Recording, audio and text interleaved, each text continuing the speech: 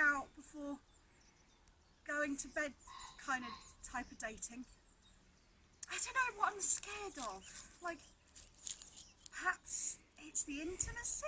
Like, they'll like know things about me? Probably that. Like, I've got so many questions. How do you ask someone out, and how do you take that extra step? And it's all very confusing. It used to be simpler, right? It used to be go up to someone and talk to them.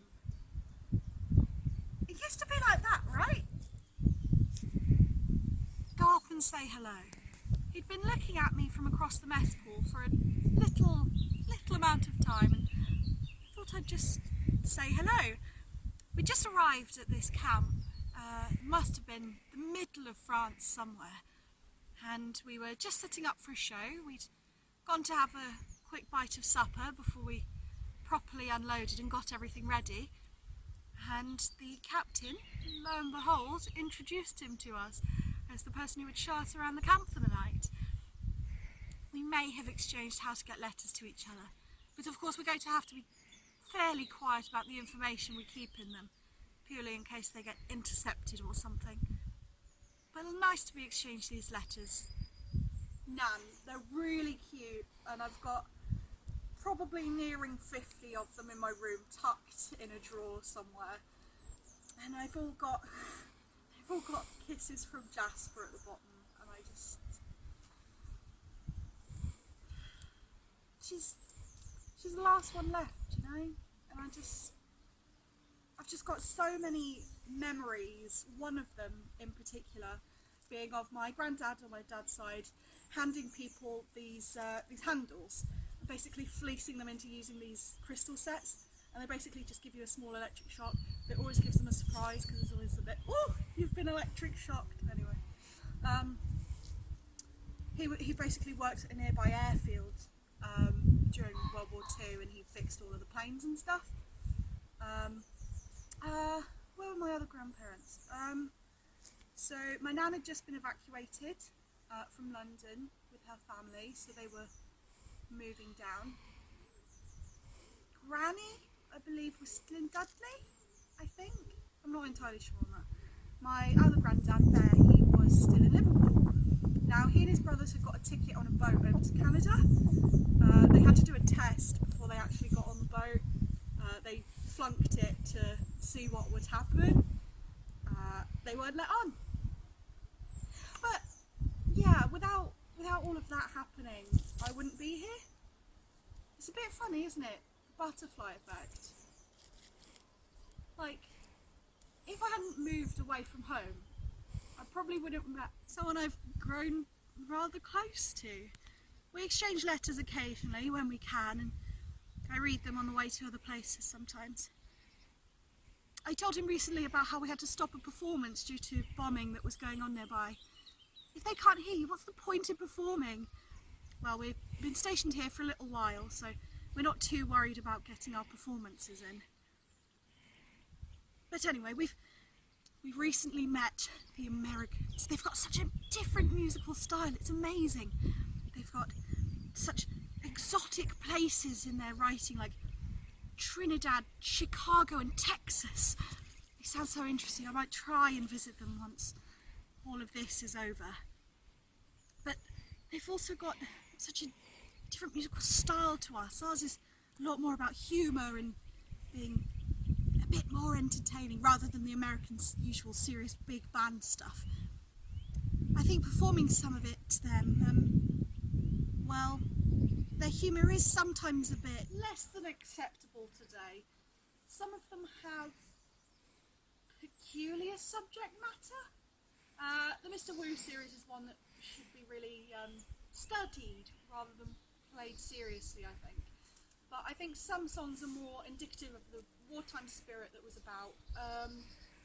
Like Auntie Maggie's Homemade Remedy. So basically this person's aunt has created this magical elixir that can sort most of your problems out. So there's someone who has a swollen ankle and she's like, slap some of that on it and you'll be right as rain.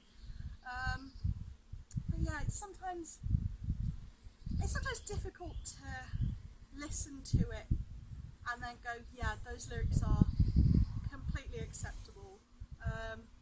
While we're out showing our collections, we sometimes have it on, and thankfully we don't have to explain it. Stop a performance. Apart from that, we've mainly got on with it, but travelling between shows, it does leave us with a lot of time for thinking. Some of us have been handling it quite well, really. George has been writing new material, with, of course, Beryl by his side. She's always there. She's a little bit of a hassle, but I've come to believe that she does mean the best, although she does hang around for a lot of our rehearsals. But anyway, we're all trying to keep upbeat, all trying to keep ourselves moving forward for all of this. It can be quite intense, really.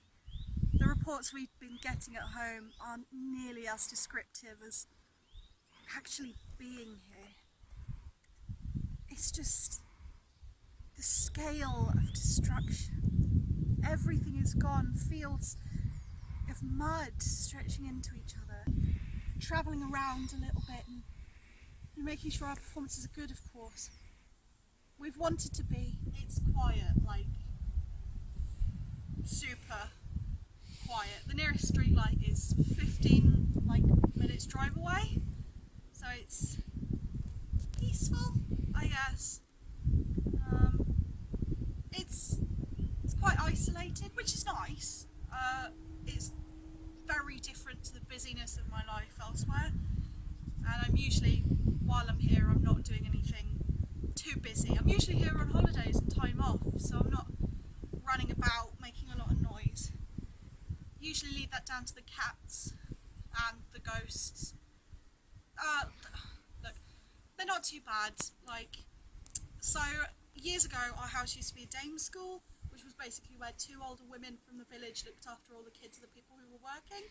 A brother and sister drowned in the well. One fell in, the other tried to help. So now we have ghosts. They're fine, they're not too disruptive, it's just occasionally you hear something, but it's absolutely fine. It's just part of the house, really. Which I suppose is why I'm so interested. It's just kind of about hearing stories from music halls. It's nice to hear of performances that haven't quite gone right for the others when ours don't really go to plan.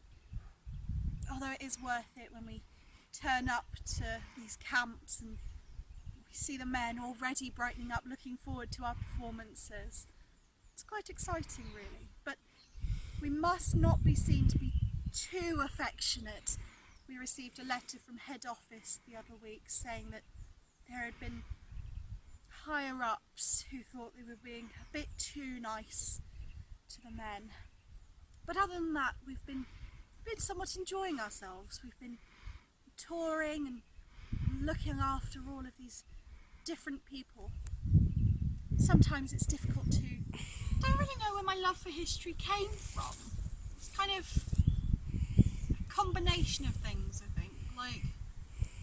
Like the old Victorian days you used to have at school, where you go in costume, and we had one particular teacher who used to put a jacket on when she was in character and take it off when they weren't. And so I kind of think that sparked my love for both history and kind of costume as well, and kind of how that can affect everything. And I think home has had a lot of influence as well. There's recordings of my parents' place being around in Shakespeare's time, so from Shakespeare to having wartime airfield slabs in my front yard, from old cars and old spoons and fire engine collections. I think it's just part of me now, and I feel a bit like a hoarder of both things and information sometimes. Just kind of, it's all in here, and if we don't remember them, why should the future remember us? Maybe it's deeper than just paper and objects.